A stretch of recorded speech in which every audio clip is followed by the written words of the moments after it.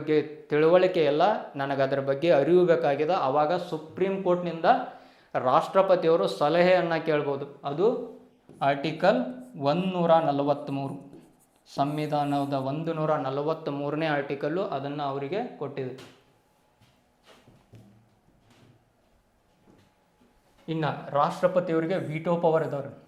Veto ಪವರ್ಗಳು, veto ಅಧಿಕಾರ,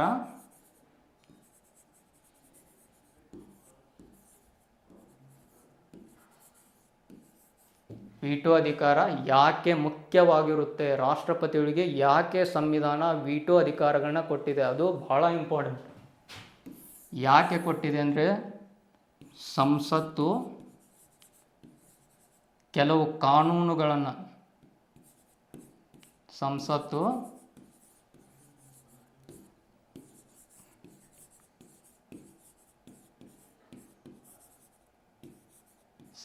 ಕೆಲವು ಕಾನೂನುಗಳನ್ನ ಸಂವಿಧಾನಕ್ಕೆ ವಿರುದ್ಧವಾಗಿ ಕೂಡ ಮಾಡ್ಬೋದು.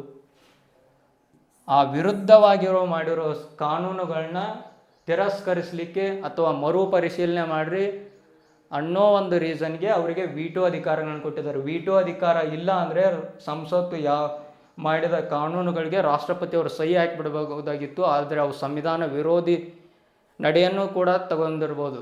ಅದಕ್ಕಾಗಿ ಅವ್ರಿಗೆ ವೀಟೋ ಪವರನ್ನು ಕೊಟ್ಟಿದ್ದಾರೆ. ಇದು ಆಗಬಾರ್ದು, ಇಂಥ ಮಿಸ್ಯೂಸ್ಗಳು ಆಗಬಾರ್ದು ಅಂತೇಳಿ ಅವ್ರಿಗೆ ವೀಟೋ ಪವರ್ ಕೊಟ್ಟಿದ್ದಾರೆ.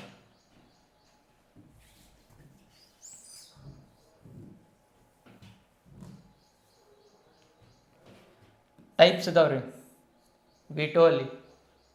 ಫಸ್ಟ್ ಒನ್ ಅಬ್ಸಲ್ಯೂಟ್ ವೀಟೋ, ನಿರಂಕುಶ ವೀಟೋ ಅಂತೀವಿ. ಅಬ್ಸಲ್ಯೂಟ್ ವೀಟೋ ಅಂದ್ರೇನು? They can withhold assent bill then bill ends. ಅಂದರೆ ಏನು ರೀ ಇದರ ಅರ್ಥ? ಒಂದು ಬಿಲ್ಲನ್ನು ರಾಷ್ಟ್ರಪತಿಯವ್ರಿಗೆ ಕಳಿಸಿದ್ದೀವಿ, ಸಹಿ ಹಾಕ್ರಿ ಅಂತ, ಅವರು ಅದನ್ನ ತಿರಸ್ಕಾರ ಮಾಡಿಬಿಡ್ಬೋದು. ಅದನ್ನ ಅಬ್ಸಲ್ಯೂಟ್ ವೀಟೋ ಅಂತ ಕರಿತೀವಿ. ಇನ್ನೊಂದು ಸಸ್ಪೆನ್ಸಿವ್ ವೀಟೋ, ಮರುಪರಿಶೀಲನೆ ಮಾಡೋದು.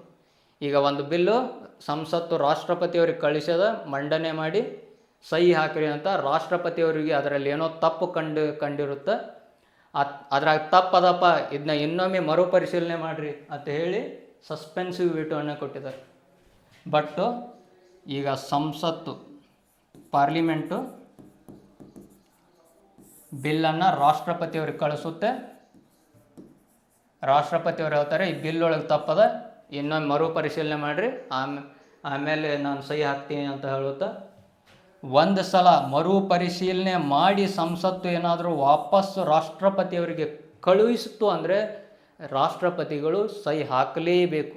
They must have sign that veto, they must have sign that bill. ಅದು ಸಂವಿಧಾನದ ವಿರೋಧಿ ಇರಲಿ, ಸಂವಿಧಾನಕ್ಕೆ ಅಪಚಾರವಿರಲಿ, ಒಂದು ಸಲ ಮರುಪರಿಶೀಲನೆ ಮಾಡಿ ಏನಾದರೂ ಸಂಸತ್ತು ವಾಪಸ್ ಕಳಿಸ್ತಂದರೆ ರಾಷ್ಟ್ರಪತಿಗಳು ಮಸ್ಟ್ ಆ್ಯಂಡ್ ಶುಡ್ ಸೈನ್ ಹಾಕಲೇಬೇಕು ಅದಕ್ಕೆ. ಪಾಕೆಟ್ ವೀಟೋ ಅಂದ್ರೆ ಏನು? ಹಿಡಿದಿಟ್ಕೊಳ್ಳೋದು. ಒಂದು ಬಿಲ್ಲನ್ನು ತಿರಸ್ಕಾರನೂ ಮಾಡೋದಿಲ್ಲ, ಮರುಪರಿಶೀಲನೆಗೂ ಕಳ್ಸಂಗಿಲ್ಲ, ನಾನು ತಕ ಇರಲಿ ಅಂತ ಹಿಡಿದಿಟ್ಕೊಂಡ್ಬಿಡೋದು. But our pocket veto is bigger than American president. ಅಂದರೆ ಅಮೇರಿಕಾದ ಒಂದು ರಾಷ್ಟ್ರಾಧ್ಯಕ್ಷರು ಏನಿರ್ತಾರೆ ಅವರಿಗಿಂತ ನಮ್ಮದು ಪಾಕೆಟ್ ವೀಟೋ ದೊಡ್ಡದಾಗಿದೆ. ಯಾಕಂದರೆ ಅಮೇರಿಕಾ ಒಳಗೆ ಒಂದು ಬಿಲ್ಲನ್ನು ಕಳಿಸಿದ ಮೇಲೆ 10 ದಿನ ಮಾತ್ರ ನೀವು ಹಿಡಿದಿಟ್ಕೊಂಡ್ಬಿಡ್ಬೋದು. ನಾನು ತಿರಸ್ಕಾರನೂ ಮಾಡಲ್ಲ, ಮರುಪರಿಶೀಲನೆ ಮಾಡಲ್ಲ ಅಂತೇಳಿ 10 ದಿನ ಅಟ್ಟೆ ಹಿಡ್ಕೊಂಡು ಬಿಡ್ಬೋದು ನೀವು. ಬಟ್ ನಮ್ಮ ರಾಷ್ಟ್ರಪತಿ ಅವ್ರು ಹಾಗೆಲ್ಲ 10 ದಿನನೂ ಹಿಡ್ಕೋಬೋದು, 10 ವರ್ಷನೂ ಹಿಡ್ಕೋಬೋದು. ನೆಕ್ಸ್ಟ್ ಇನ್ನೊಂದು ಬರುತ್ತೆ ವೀಟೋ, ಕ್ವಾಲಿಫೈಡ್ ವೀಟೋ ಅಂತ. ಅದು ನಮ್ಮ ದೇಶದಲ್ಲಿಲ್ಲ, ಅದು ಅಮೇರಿಕಾದಲ್ಲಿದೆ ಕ್ವಾಲಿಫೈಡ್ ವೀಟೋ ಅಂದ್ರೇನು?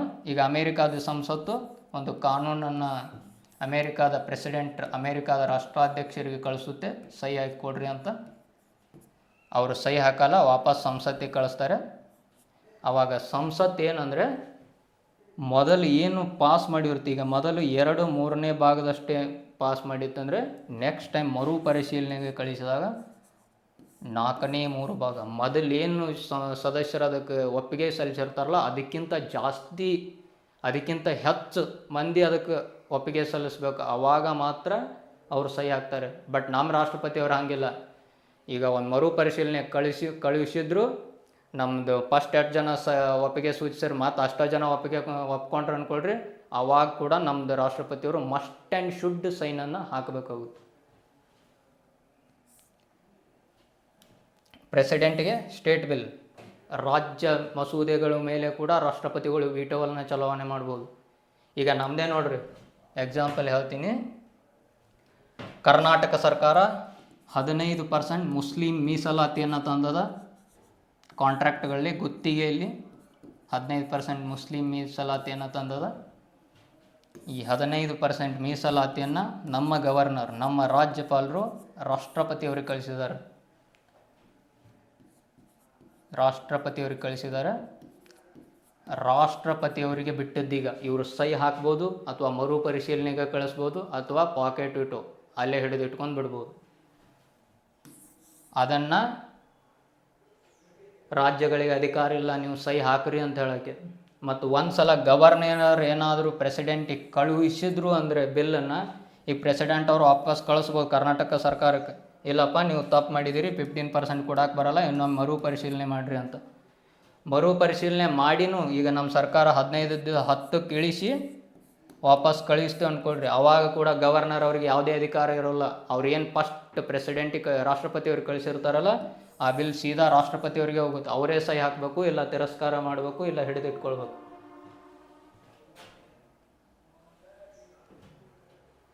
ಆರ್ಡಿನೆನ್ಸ್ ಮೇಕಿಂಗ್ ಪವರ್, ಆರ್ಟಿಕಲ್ 123 ಸುಗ್ರೀವಾಜ್ಞೆ ಅಂತೀವಿ. ಆರ್ಡಿನೆನ್ಸಿಗೆ ಕನ್ನಡದಲ್ಲಿ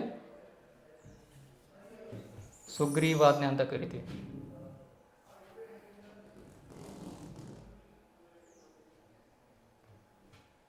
ಆರ್ಡಿನೆನ್ಸ್, ಸುಗ್ರೀವಾಜ್ಞೆ ಯಾವಾಗ ಹೊರಡಿಸ್ಬೋದು? ಆರ್ಡಿನೆನ್ಸ್, ಸುಗ್ರೀವಾಜ್ಞೆಗಳನ್ನ 2 ಅಥವಾ 1 ಸದನ ಅಧಿವೇಶನದಲ್ಲಿ ಸೇರದೇ ಇದ್ದಾಗ, 2 ಸದನ ಅಧಿವೇಶನ ಸೇರಿರಬಾರ್ದು, ಅಥವಾ ಒಂದೇ ಸದನ ಅಧಿವೇಶನದಲ್ಲಿದ್ದು ಇನ್ನೊಂದು ಇಲ್ಲ ಅಂದರೆ ಅವಾಗ ಸುಗ್ರೀವಾಜ್ಞೆಗಳನ್ನ ತರ್ಬೋದು. 2 ಈಗ ರಾಜ್ಯಸಭೆನೂ ಸದನ ಸೇರ್ಯದ, ಲೋಕಸಭೆನೂ ಸದನ ಸೇರ್ಯದ, ಅವಾಗ ನಾ ಆರ್ಡಿನೆನ್ಸ್ ಹೊರಡಿಸ್ತೀನಿ ಅಂದರೆ ಅದು ಸಾಧ್ಯ ಇಲ್ಲ, ಅದು ಸಂವಿಧಾನಕ್ಕೆ ವಿರುದ್ಧ ಹೋಗುತ್ತೆ. ಯಾಕೆ 2 ಸದನಗಳು ಸೇರಬೇಕು ಅಥವಾ ಒಂದೇ ಸದನ ಸೇರಿದ್ರೂ ನಾವು ಸುಗ್ರೀವಾಜ್ಞೆ ಹೊರಡಿಸ್ಬೋದು ಅಂದರೆ ನಿಮ್ಗೆ ಗೊತ್ತದ, ಲೋಕಸಭೆಯಲ್ಲಿ ಯಾವುದೇ ಒಂದು ಬಿಲ್ ಪಾಸ್ ಆದರೂ ರಾಜ್ಯಸಭೆಗೆ ಬರುತ್ತೆ. ರಾಜ್ಯಸಭೆ ಮತ್ತು ಲೋಕಸಭೆ ಎರಡರಲ್ಲೂ ಪಾಸ್ ಆಗಬೇಕು, ಅದು ಪ್ರೆಸಿಡೆಂಟಿಗೆ ಹೋಗುತ್ತೆ, ಆವಾಗ ಆ್ಯಕ್ಟ್ ಆಗುತ್ತೆ. ಇಲ್ಲ ಲೋಕಸಭೆ ಪಾಸ್ ಮಾಡಿತ್ತು, ರಾಜ್ಯಸಭೆಯಲ್ಲಿ ಬಿತ್ತಂದರೆ ಈ ಬಿಲ್ ಇಲ್ಲಿಗೆ ಮುಗೀತು. ಇಲ್ಲ ಲೋಕಸಭೆನೂ ಪಾಸ್ ಮಾಡಿತು, ರಾಜ್ಯಸಭೆನೂ ಪಾಸ್ ಮಾಡಿತು ಅಂದರೆ ಪ್ರೆಸಿಡೆಂಟಿಗೆ ಹೋಗುತ್ತೆ. ಪ್ರೆಸಿಡೆಂಟ್ ಅವರು ವಿಟೋ ಚಲಾವಣೆ ಮಾಡ್ಬೋದು. ಬಟ್ ಇಲ್ಲಿ ಒಂದು ಇಂಪಾರ್ಟೆಂಟ್ ಅದ ನೋಡ್ರಿ, ಹೇಳ್ತೀನಿ.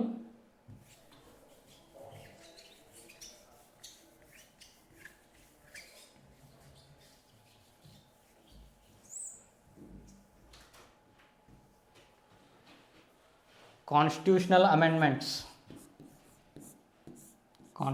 ಅಮೆಂಡ್ಮೆಂಟ್ಸ್, ಸಂವಿಧಾನದ ತಿದ್ದುಪಡಿಗಳಿಗೆ ಸುಗ್ರೀವಾಜ್ಞೆಯನ್ನು ಹೊರಡಿಸುವಂಗಿಲ್ಲ. ಓನ್ಲಿ ಸಾಮಾನ್ಯ ಮಸೂದೆ, ಆರ್ಡಿನರಿ ಬಿಲ್ಸ್ ಅಂತ ಏನು ಕರಿತೀವಿ, ಅವಕ್ಕೆ ಮಾತ್ರ ನೀವು ಸುಗ್ರೀವಾಜ್ಞೆಯನ್ನು ಹೊರಡಿಸ್ಬೋದು. ಸಂವಿಧಾನದ ತಿದ್ದುಪಡಿ, ಕಾನ್ಸ್ಟಿಟ್ಯೂಷನಲ್ ಅಮೆಂಡ್ಮೆಂಟ್ಸ್ ಮಾಡೋಕ್ಕೆ ಬರಲ್ಲ ಇದನ್ನ, ಸುಗ್ರೀವಾಜ್ಞೆ. ಆಮೇಲೆ ಆರ್ಡಿನೆನ್ಸ್ ಬಗ್ಗೆ ಹೇಳೋದು ಯಾವುದು? Article 123. If that ordinance are nullified, if the ordinance are nullified ಅಂದ್ರೆ ಏನ್ರಿ? ಅವು ಸಂವಿಧಾನಕ್ಕೆ ವಿರುದ್ಧವಾಗಿದ್ದರೆ ಅಥವಾ ಕಾನೂನು ಬಾಹಿರವಾಗಿದ್ದರೆ ಅಂಥ ಸುಗ್ರೀವಾಜ್ಞೆಗಳನ್ನ ನಾವು ಸುಪ್ರೀಂ ಕೋರ್ಟ್ ಅಥವಾ ಹೈಕೋರ್ಟ್ ಎರಡರಲ್ಲೂ ಕೂಡ ಕ್ವಶನನ್ನು ಮಾಡ್ಬೋದು. ಯಾಕಂದರೆ ಸುಪ್ರೀಂ ಕೋರ್ಟ್ಗೆ ಜುಡಿಷಿಯಲ್ ರಿವ್ಯೂ ಪವರ್ ಇದೆ. ಜುಡಿಷಿಯಲ್ ರಿವ್ಯೂ ಅಂದರೆ ನ್ಯಾಯಾಂಗ ವಿಮರ್ಶೆ. ಈಗ ಸಂಸತ್ತು ಒಂದು ಕಾನೂನನ್ನು ತಂದದ, ಅದನ್ನ ರಾಷ್ಟ್ರಪತಿಯವರು ಕೂಡ ಸಹಿ ಹಾಕಿದ್ದಾರೆ. ಆದ್ರೆ ನನಗೆ ಅನ್ನಿಸ್ಬೋದು ಆ ಕಾನೂನು ಸಂವಿಧಾನಕ್ಕೆ ವಿರುದ್ಧ ಅದಂತ. ನಾವು ಸುಪ್ರೀಂ ಕೋರ್ಟ್ ಒಳಗೆ ಕೇಸ್ ಹಾಕ್ತೀನಿ, ಅವಾಗ ಸುಪ್ರೀಂ ಕೋರ್ಟ್ ಪರಿಶೀಲನೆ ಮಾಡುತ್ತೆ ಇದು ಕರೆಕ್ಟ್ ಅದನೋ ಇಲ್ಲೋ.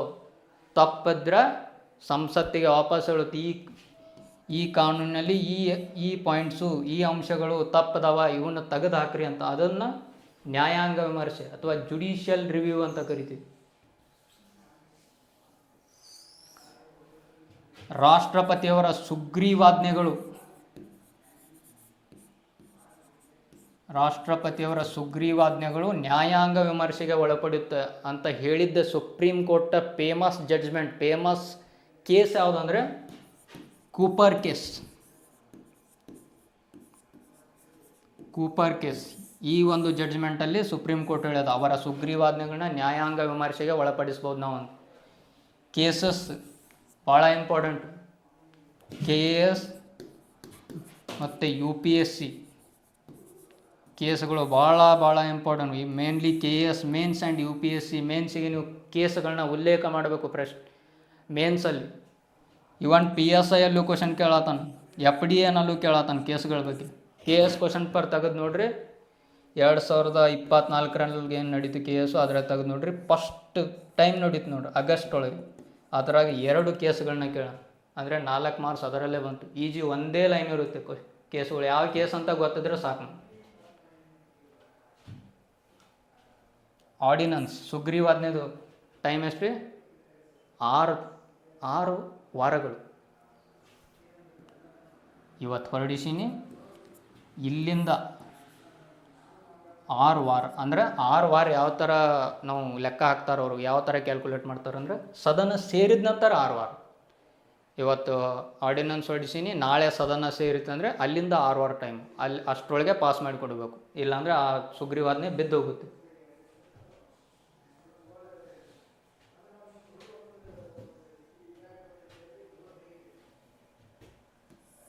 ಇನ್ನೊಂದು ನೋಡ್ರಿ, ಇಲ್ಲಿ ಒಂದು ಇಂಪಾರ್ಟೆಂಟ್ ಪಾಯಿಂಟ್ ಅದು. UPSC IAS ಪ್ರಶ್ನೆ ಪತ್ರಿಕೆಗಳಲ್ಲಿ ಇಂಥ ಪಾಯಿಂಟ್ಗಳನ್ನ ಜಾಸ್ತಿ ನೋಡ್ತಾರೆ. Can issue ordinance only on the advice of council of ministers. ಮಂತ್ರಿಮಂಡಲ, ಕೌನ್ಸಿಲ್ ಆಫ್ ಮಿನಿಸ್ಟರ್ಸ್ ಮಂತ್ರಿಮಂಡಲದ ಸಲಹೆ ಮೇರೆಗೆ ಮಾತ್ರ ರಾಷ್ಟ್ರಪತಿಯವರು ಸುಗ್ರೀವಾಜ್ಞೆಯನ್ನು ಹೊರಡಿಸ್ಬೇಕು. ಅವರು ಮನಸ್ಸು ಇಚ್ಛೆ ಬಂದಂಗೆ ಅವ್ರಿಗೆ ತಿಳಿದಂಗೆ ಹೊರಡಿಸೋಕ್ಕಾಗಲ್ಲ. ಕೌನ್ಸಿಲ್ ಆಫ್ ಮಿನಿಸ್ಟರ್ಸ್ ಹೇಳಬೇಕು ಸುಗ್ರೀವಾಜ್ಞೆ ಹೊರಡಿಸ್ರಿ ಅಂತ, ಅವಾಗ ಹೊರಡಿಸ್ಬೋದು. ಯಾಕೆ ಕೌನ್ಸಿಲ್ ಆಫ್ ಮಿನಿಸ್ಟರ್ ಹೇಳಬೇಕು ಯಾಕಂದರೆ ಸಂವಿಧಾನದ ಒಂದು ಇಂಪಾರ್ಟೆಂಟ್ ಆರ್ಟಿಕಲ್ ಅದು. ಯಾವುದಂದರೆ